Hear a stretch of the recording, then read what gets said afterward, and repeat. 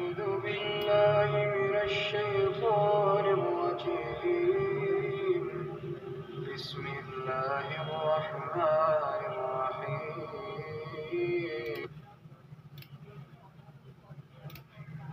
فستذكرون ما أقول لكم وأفوض أمري إلى الله إن الله بصير بالعباد.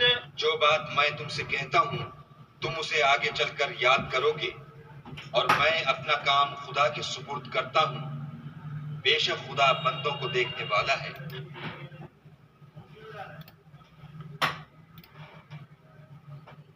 And you will remember what I now say to you, and I entrust my affair to Allah. Indeed, Allah is seeing of His servants. وَإِذْ يَتَحَاجُّونَ فِي النَّارِ فَيَقُولُ الضُّعَفَاءُ لِلَّذِينَ اسْتَكْبَرُوا إِنَّا كُنَّا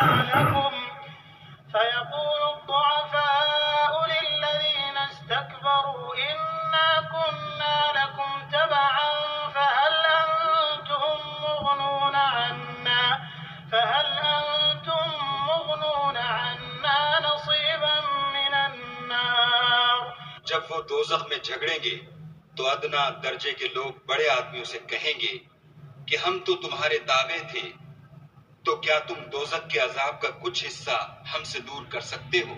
قال الذين استكبروا إنا كل فيها إن الله قد حكم بين العباد. بڑے آدمی کہیں گے کہ تم بھی اور ہم بھی سب دوزخ میں ہیں، خدا بندوں میں فیصلہ کر چکا ہے۔ And mention when they will argue within the fire, and the weak will say to those who had been arrogant, Indeed, we were only your followers, so will you relieve us of a share of the fire? Those who had been arrogant will say, Indeed, all of us are in it. Indeed, Allah has judged between the servants.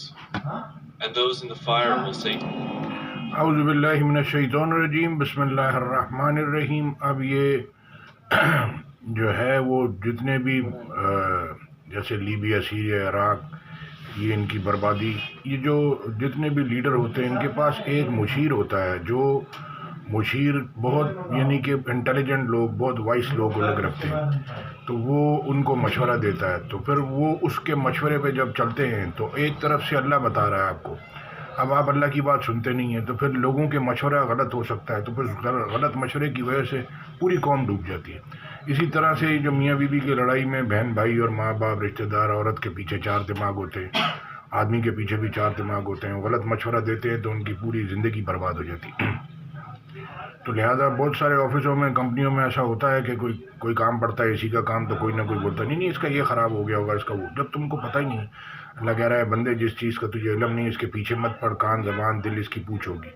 رشتوں میں بھی ایسا ہوتا ہے، 3 لوگوں سے آپ پوچھتے ہیں تو 3 لوگ بولتے ہیں جی ہاں ٹھیک ہے، ایک کوئی بول دے کہ نہیں صحیح نہیں ہے تو آپ اس کی بات مان لیتے ہیں اور وہ رشتہ نہیں کرتے۔ تو لہٰذا جو ہے وہ اسی لیے یہ گواہی جو ہوتی ہے حق کی گواہی دینی ہے۔ اب آپ کے پاس علم ہی نہیں ہے تو آپ کیسے حق بات کریں گے؟ اللہ کہہ رہے ہیں اللہ کی باتیں سچائی اور انصاف میں پوری ہیں، بیلنس باتیں ہیں اللہ کی، جب آپ نے سنی نہیں تو آپ کیسے بتا سکتے ہیں دوسرے کو؟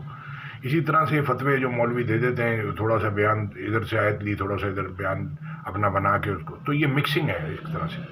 اللہ کی باتیں سچائی اور انصاف میں پوری ہیں، قرآن کے اندر ہی ساری ہدایت کی باتیں ہیں، اس سے باہر کچھ بھی نہیں ہے۔ ہدایت کی کتاب کیوں بولتے ہیں؟ گواہی کی کتاب کیوں بولتے ہیں؟ اور جو فیصلے کی کتاب کیوں بولتے ہیں؟ اس لیے بولتے ہیں کہ اسی میں سب کچھ ہے۔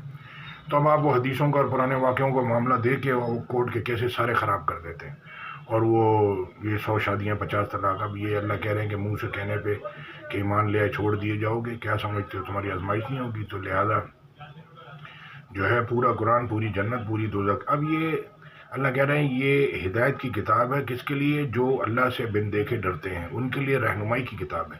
جب ایک آدمی نے پڑھا ہی نہیں، سنا نہیں، اچھا بات ہو رہی تھی بیت اللہ میں کرسچن اور یہودیوں کو الاؤ نہیں ہے، کافروں کو، وہ انگریز دیکھتے ہیں تو انگریز دیکھ کے سمجھتے ہیں کہ بھئی یہ کافر ہو گیا۔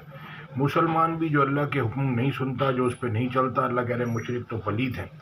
آج اس برس کے بعد اگلے برس خانہ کعبہ کے قریب نہ آنے پائیں، تو اس کا مطلب مسلمانوں میں بھی مشرک لوگ ہوتے ہیں تو وہ بھی ناپاک ہیں۔ اسی طرح سے یہ یہودی ناپاک ہیں جنہوں نے کلام اللہ نہیں سنا، عیسائی ناپاک ہیں، مشرک ناپاک ہیں۔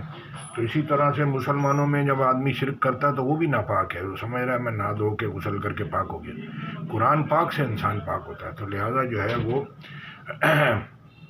اگر خالی وہ مشرک کے لیے، مشرک کون ہے اب یہ کسی کو کیا پتا، ادھر بیت اللہ میں 36 لاکھ لوگ گھوم رہے ہیں، تو لہٰذا سب کا اکاؤنٹ اللہ کے ساتھ ہے، اللہ سب کو دیکھ رہے ہیں، تو لہٰذا اس کو یعنی کہ خیر اور شر کے اللہ کہتا ہے دونوں راستے دکھا دیے، نہ گزر سکا گھاٹی سے، اللہ کو کوئی پرواہ نہیں، اتنی دولت ہے، اللہ اتنے خزانے اللہ کے بھرے ہیں، اللہ نے کھول دیے، جو کرنا کرو، آنا ہمارے پاس ہے، تو لہٰذا جو ہے نہ گزر سکا گھاٹی سے، جو اللہ نے مارک کی چیزیں وہ لوگ نہیں کرتے، نہ گزر سکا گھاٹی سے۔ تم کیا سمجھے گھاٹی کیا ہے؟ چھڑانا گردن کا کسی کا قرضے سے، اور کھلانا بھوک کے دن، کھانا غریب رشتہ دار کو، فقیر فاقر۔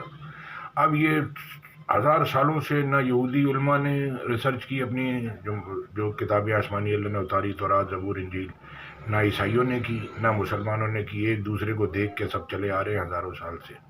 آپ اس کو نہیں سمجھیں گے تو اینڈ میں آپ کو جہنم کی آگ سے کوئی بھی نہیں بچا سکتا۔ یہ بھی آیت بتا رہی ہے کہ ادنا درجے کے لوگ بڑے لوگوں کو کہیں گے، تو لوگ سارے پیسے کی غلامی کرتے ہیں، وہ لوگوں کی غلامی کر رہے ہوتے ہیں۔ وہ بڑے آدمی نے بولا ہے، آنر نے بولا ہے، بادشاہ نے بولا ہے تو وہ یہ کام کرنا ہے، وہ کبھی اللہ کی بات سنتے سمجھتے نہیں، نہ اس کو ملاتے ہیں اور نہ اس کو بتاتے ہیں کہ بھائی یہ آپ کا جو حکم ہے یہ اللہ کے حکم کے خلاف جا رہا ہے، اس کو صحیح کرنا پڑے گا۔ تو یہ ہے، یہ بادشاہ، اس کی ٹیم، یہ بھی ایک فیملی کی طرح ہوتی ہے، ایک گھر چلا رہے ہوتے ہیں۔ تو یہ 12 گھنٹے ہم ساتھ کام کرتے ہیں تو یہ بھی ایک فیملی ہے، اور 2-3 گھنٹے ہم اپنے گھر والوں کے ساتھ ہوتے ہیں تو یہ بھی ایک فیملی ہے۔ 6-7 گھنٹے اللہ کے ساتھ ہوتے ہیں، تو اللہ کی ٹیم میں اللہ، فرشتے، انسان، ایمان خالص مخلص اللہ کے بندے، انسان بھی ہیں، جنات بھی ہیں، اور شیطان کی ٹیم کے اندر شیطان ہے، جنات ہے، اور وہ ڈس بلیور ہیں، وہ ناشکرے ہیں، وہ نافرمان لوگ ہیں، اور وہ جو کافر ہیں، جو اللہ پہ ایمان نہیں لیتے، وہ لوگ ہیں۔ مسلمان بھی اگر اللہ پہ ایمان نہیں لائے گا اور اللہ کی بات نہیں سنے گا تو وہ بھی کافر کی لسٹ میں چلا گیا۔ جزاک اللہ خیر۔ السلام علیکم ورحمۃ اللہ۔ تو اللہ پہ بھروسہ کرنا ہے اور سب چیزوں کو اللہ کے حوالے کریں۔ یا اللہ میں بس ہوں، میری مدد فرما، یا اللہ جو نہیں آتا سکھا تو چلا، یا اللہ جو کچھ تو میری طرف اتارے میں اس کا محتاج ہوں۔ جزاک اللہ خیر۔ السلام علیکم ورحمۃ اللہ۔ آج ساتھ میں کاپی پیسٹ کر دوں گا، تو لکھ کے بھی ڈال دیا، مکے کے امام کی آواز میں، عربی میں، اردو میں، انگلش میں، وہ بھی ڈال دیا۔ اب وہ جو بد نصیب ہوں گے، اللہ کہہ رہے ہیں کہ یہ وہ لوگ ہیں جو غور فکر سے اللہ کی بات سنتے ہیں، اندھے بہرے ہو کے نہیں گرتے۔ اللہ اکبر۔